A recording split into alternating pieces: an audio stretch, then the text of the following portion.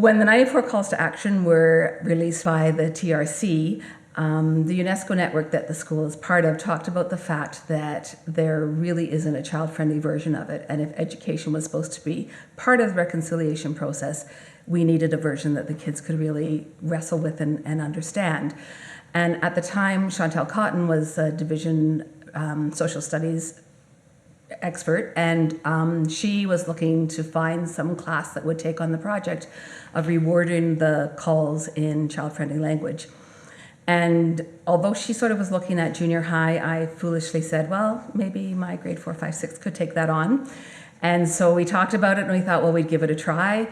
And I, at the time, had 2 teaching partners that also taught grade 4, 5, 6 here at at Laura Secret School, one in the alternative program and another one in the English program. And the 3 of us took our 75 kids through this process of examining the calls to action as they were written by the TRC, and then figuring out how can we make a version of this that is accessible to kids at school, and probably to lots of Canadians that don't want to plow through the political and legal jargon of the actual report.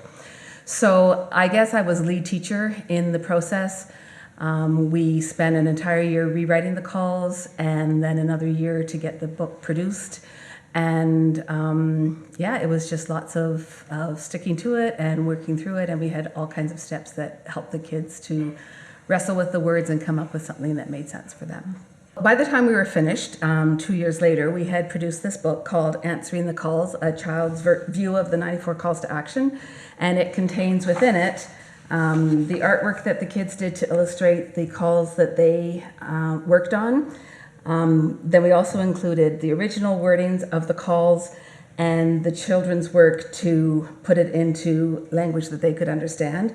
So there's a found poem that they used, just pulling out what they thought were key words from the original document, and those are all displayed on the page.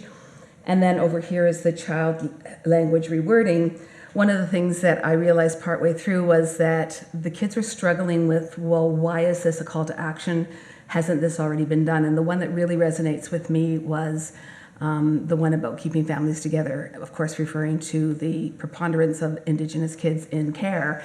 And the 2 children that were working on that call said to me, like, why is this in here? The schools have closed. Like, we've been talking about this. Why do we still need to work on this? So it made me realize that we had to have the kids understand what the problem was that the TRC was addressing if the calls were going to make any sense at all. So then we walked through things like, what's the child and family services situation, and why are there more Indigenous people in the prisons, and all of those problems that are being addressed by the calls. So contained in the pages is also the problem as the kids explain it, so that beside each of the calls, this is why it's a problem, and these are our understanding of the language that makes it accessible to me.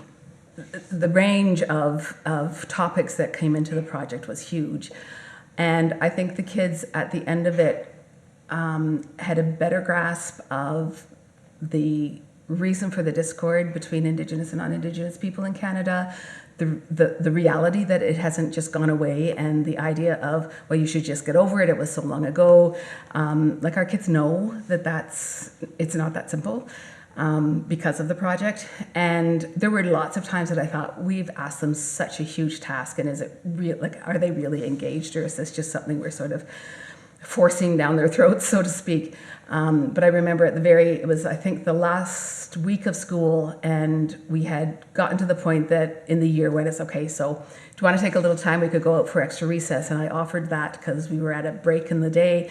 And one of my grade 6 boys said, but we have 2 more calls that we haven't done the class edit for, so why don't we just finish that up? And I thought, okay, you were given the chance to just go outside on this lovely June day, and you said instead, no, let's stick with it and finish the editing of the calls. So I thought, oh, yeah, I guess they've stayed engaged through the entire year, which was pretty amazing. So there's many ways that I feel torn about receiving this award, because it was not a project that I did on my own.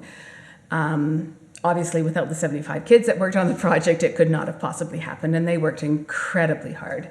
But Chantal Cotton and Jill Jonette and Stephanie Jones were my teaching partners in all of this, and without them, like, I couldn't have done it with just my classroom.